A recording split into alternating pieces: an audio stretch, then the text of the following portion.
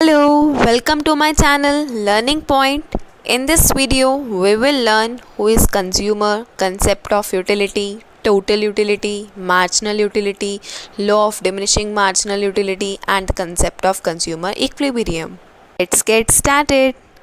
First is consumer. Consumer कौन है? हम सब जानते हैं जो गुड्स एंड सर्विसेज को परचेज करता है अपनी सेटिस्फेक्शन के लिए, उसे कंज्यूमर बोला जाता है. It is an agent who uses goods and services. Now we come to utility. Utility का मतलब होता है जब हम कोई कमोडिटी को कंज्यूम करते हैं, उसको कंज्यूम करने पर हमें जो सेटिस्फेक्शन मिलती है that is known as utility. चलिए हम यूटिलिटी को टू टर्म्स में मेज़र करते हैं, cardinal and ordinal. Cardinal means अपनी सेटिस्फेक्शन को मेज़र कर रहे हैं इन टर्म्स ऑफ नंबर्स, जैसे कि 1, 2, 3. ऑर्डिनल में हम करते हैं एज हाई और लो. यूटिलिटी सम होता है कि हमने सारी कमोडिटीज़ में कितनी यूटिलिटी की है, उनका हम जब सम कर देते हैं, टोटल कर देते हैं, तो वो टोटल यूटिलिटी होता है. Next marginal utility. Marginal utility क्या होता है? एडिशनल यूनिट को कंज्यूम करते हैं और एडिशनल यूनिट के कंज्यूम करने से जो बेनिफिट मिलता है, यूटिलिटी मिलती है, that is known as marginal utility. आपके पास टेबल शो हो रहा है जिसमें 5 यूनिट्स को कंज्यूम किया गया है और टोटल यूटिलिटी उसमें 1 की 100, सेकेंड 190, थर्ड की 270 एंड 4 की 340 एंड 5 की 400. एंड उसमें से मार्जिनल यूटिलिटी कैसे डिराइव हो रही है आपको दिखाया गया है. अब relation between total utility and marginal utility. Total utility is summation of marginal utility. TU increase as long as MU positive है. MU जब ज़ीरो है तो उस टाइम पे TU मैक्सिमम है. जब MU नेगेटिव है TU डिमिनिश हो रहा है.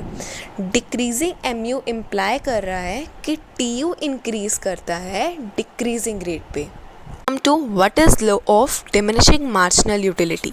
ऑफ डिमिनिशिंग मार्जिनल यूटिलिटी कहता है कि जब हम ज़्यादा से ज़्यादा यूनिट्स को कंज्यूम करते हैं, कॉन्टीन्यूसली कंज्यूम करते हैं, तो जो मार्जिनल यूटिलिटी डिराइव होती है हर एक एडिशनल यूनिट से, वो डिक्लाइन होने लग जाती है.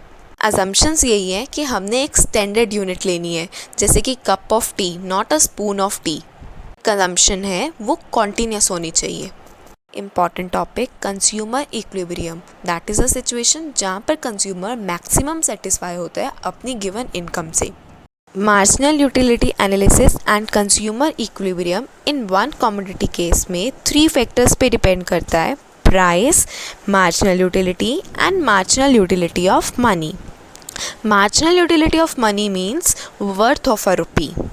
टेबल में हमने marginal utility of money 2 utils रखी है. डायग्राम MUX डाउनवर्ड स्लोपिंग है, इक्विलिब्रियम स्ट्रक्ट हो रहा है एट पॉइंट C, जहाँ पर प्राइस एग्जैक्टली इक्वल है जितना प्राइस एक्चुअली पे किया जा रहा है. तो it is a point of equilibrium. Consumer इस स्टेज में इक्विलिब्रियम स्टेज में है.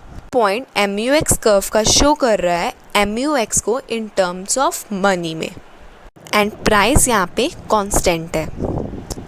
Now we come to second, that is in case of 2 commodities.